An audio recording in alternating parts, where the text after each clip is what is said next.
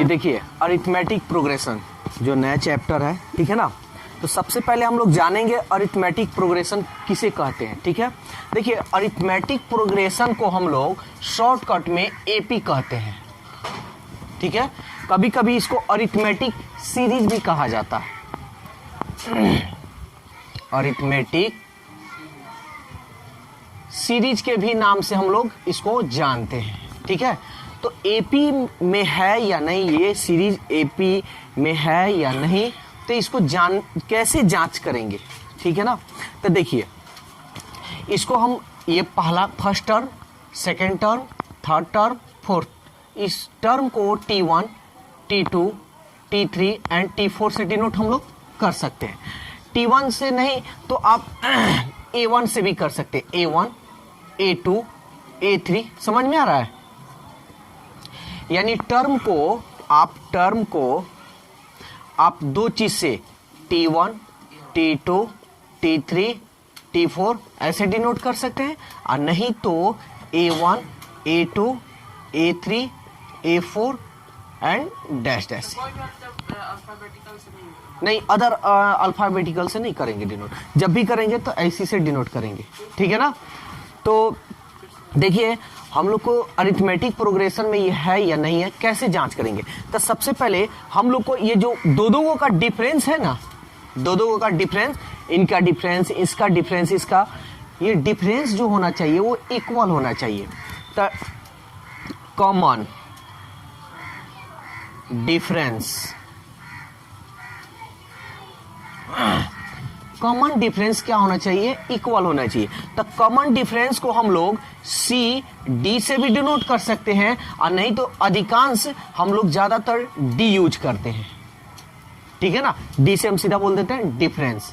तो ये डिफरेंस का मतलब ये होता है T2 माइनस T1, दूसरा यानी सेकेंड टर्म में से पहले टर्म को माइनस कीजिए, equal third term minus T2, यानी थर्ड टर्म में से सेकेंड टर्म को माइनस कीजिए, फोर्थ टर्म माइनस T3, समझ में आ रहा है, equal T5 minus T4, equal इसी तरह डैश डैश, समझ में आया।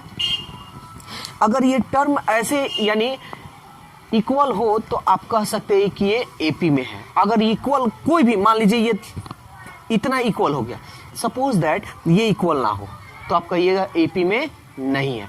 चलिए एग्जांपल लेते हैं, देखिए इसको हम चेक करते हैं, ठीक है ना। यहां पे डी निकालते हैं, तो second term minus T1 equal third term minus T2 equal fourth term minus T3, समझ में आ रहा है। सेकेंड टर्म क्या है, इसको हम first term, second term, third, fourth ऐसे बोलेंगे, ठीक है। सेकेंड टर्म क्या है, 2, पहला फर्स्ट टर्म क्या है 1 इक्वल थर्ड टर्म क्या है 3, सेकेंड टर्म क्या है 2, फोर्थ टर्म क्या है 4 माइनस 3। इसको माइनस करते हैं, 2 में से 1 गया 1, 3 में से 2 गया 1, 4 में से 3 गया 1। देखिए तो इक्वल है सब, तो इसलिए हम इसको क्या बोलेंगे, इट्स एपी। समझ में आया। किसी को भी चेक कर लीजिए क्या ये एपी में, देखकर आप नहीं कर सकते, जब तक डिफरेंस नहीं निकालिएगा तब तक।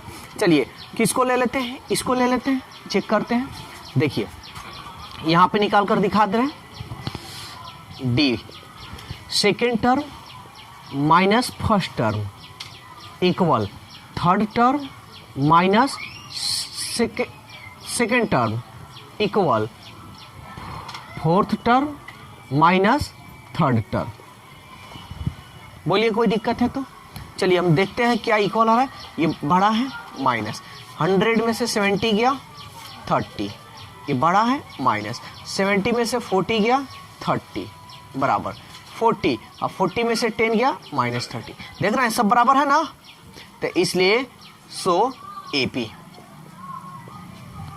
समझ में आया, यह क्या है एपी में। बोलिए इसमें कोई दिक्कत है तो। चलिए देखिए 1 का फर्स्ट नंबर क्या कह रहा है, in which of the following situations does the list of numbers involve make an arithmetic progression and why. कह रहा है कि जो आपका क्वेश्चन दिया हुआ है, ठीक है, उसको चेक कीजिए क्या अरिथमेटिक प्रोग्रेशन है, अगर यस तो क्यों, रीजन भी बताइए। तो ध्यान दीजिएगा क्या कह रहा है। फर्स्ट नंबर कह रहा है a taxi fare after each kilo. Fare मतलब होता है किराया, ठीक है।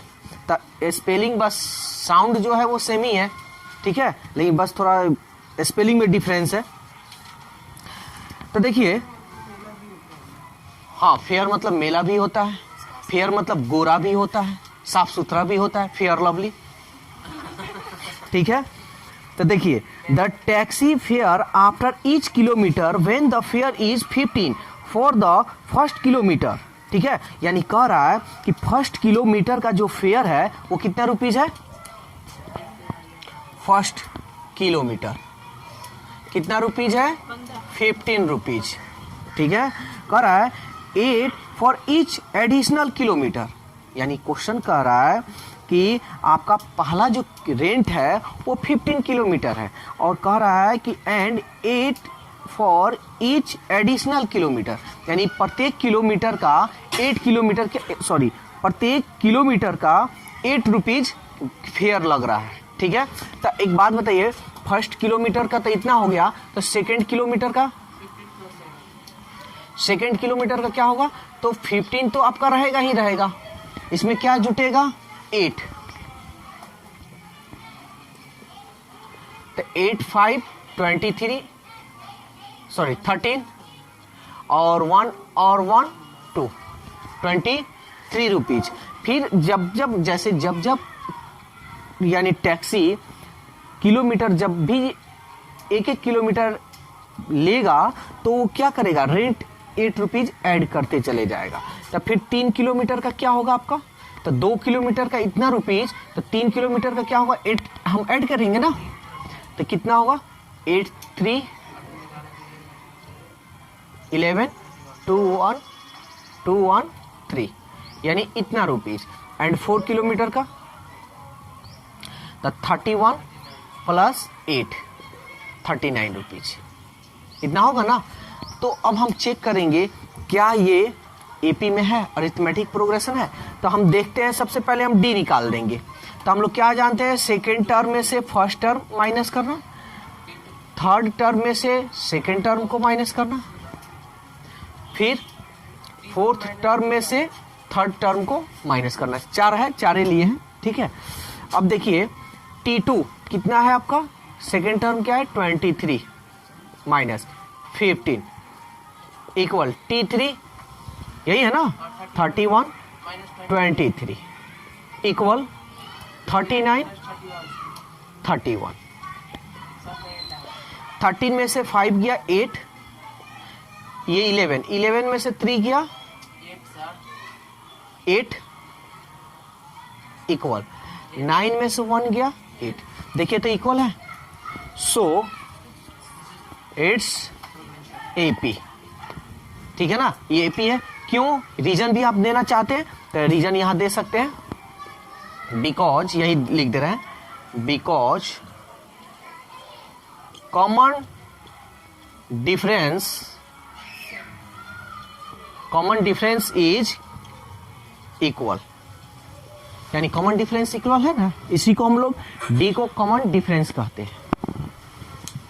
चलिए देखिए 2 नंबर, 2 का फर्स्ट क्या कह रहा है, यहां पे वैल्यू दे दिया है ए का 10 एंड डी का 10। कह रहा है right first 4 term of the AP, यानी कह रहा है एपी का आपको 4 टर्म लिखना है। कितना term, 4। When the first term a, यानी कह रहा है फर्स्ट टर्म, यानी फर्स्ट टर्म आप फर्स्ट टर्म को T1 से भी डिनोट कर सकते हैं या A1 से भी डिनोट कर। तो फर्स्ट टर्म कितना दिया है, ए ना, तो ए का देखिए तो वैल्यू कितना है 10 है, तो फर्स्ट टर्म तो निकल गया मेरा, ठीक है ना। फिर कह रहा है and the common difference D, यानी कॉमन डिफरेंस को ये पुट किया है डी से, तो कह रहा है कि गिव एज फॉलोस, यानी जो नीचे दिया हुआ उसको सॉल्व कीजिए। तो हमको कितना टर्म निकालना है? 4 टर्म, जिसमें से तो फर्स्ट टर्म निकल गया, तो सेकेंड टर्म निकालते हैं। सेकेंड टर्म को आप T2 लिख सकते हैं ना। तो यहां देखिए, आप ये ना लिखकर, जैसे ये है ना, इसको नहीं लिखकर आप T2 भी लिख सकते हैं, ठीक है। तो सेकेंड टर्म क्या होगा? तो देखिए A हो जाएगा, अब प्लस ये D हो जाएगा। सॉरी, समझ में आ रहा है? यानी जब भी इंक्रीज करेगा या डिक्रीज करेगा, तो क्या डिक्रीज इंक्रीज करेगा? D। तो A का वैल्यू कितना है आपका? 10। D का वैल्यू देखें तो 10 10 10 कितना हो जाएगा? 20। सेकेंड टर्म हो गया। थर्ड टर्म, इस थर्ड टर्म को आप T3 कह सकते हैं। तो थर्ड टर्म को क्या आया? ये है ना, तो 20 में आप क्या जोड़ सकते हैं? D। समझ में आ रहा है? यानी D। तो ये 10, 20 प्लस 10 कितना हो गया? 30। ये हो गया फोर्थ टर्म। फोर्थ टर्म को T4 कहते हैं। तो क्या होगा? 30 अब प्लस कितना? D ना इंक्रीज या डिक्रीज होता है? 10। 30 प्लस 10 40।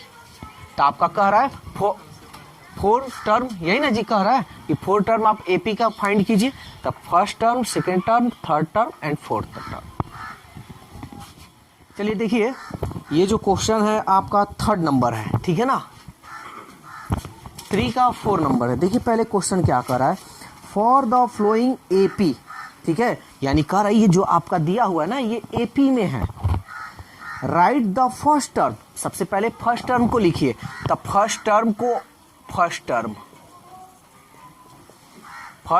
को आप A ना कहते हैं, या इसको आप T1 भी कह सकते हैं या A1 भी कह सकते हैं, ठीक है ना। ये लिखने की जरूरत नहीं है, फर्स्ट टर्म आप लिख दिए ना, तो फर्स्ट टर्म। या तो आप ये ना लिखकर सीधा A लिख सकते हैं, तब वो सही है। ये सब ना लिखकर आप ये लिख सकते हैं T1, तब भी सही है। अगर ये सब ना लिखकर A1 लिखिएगा तब भी सही है, कोई दिक्कत। तब फर्स्ट टर्म क्या होगा? तो आप जानते हैं इसको first, second, third, fourth and fifth ऐसे कहते हैं ना। तो फर्स्ट टर्म आपका कितना हो गया? 0.6। तो फर्स्ट टर्म तो मेरा निकल गया। एंड कह रहा है कॉमन डिफरेंस। तो कॉमन डिफरेंस को आप किससे? कॉमन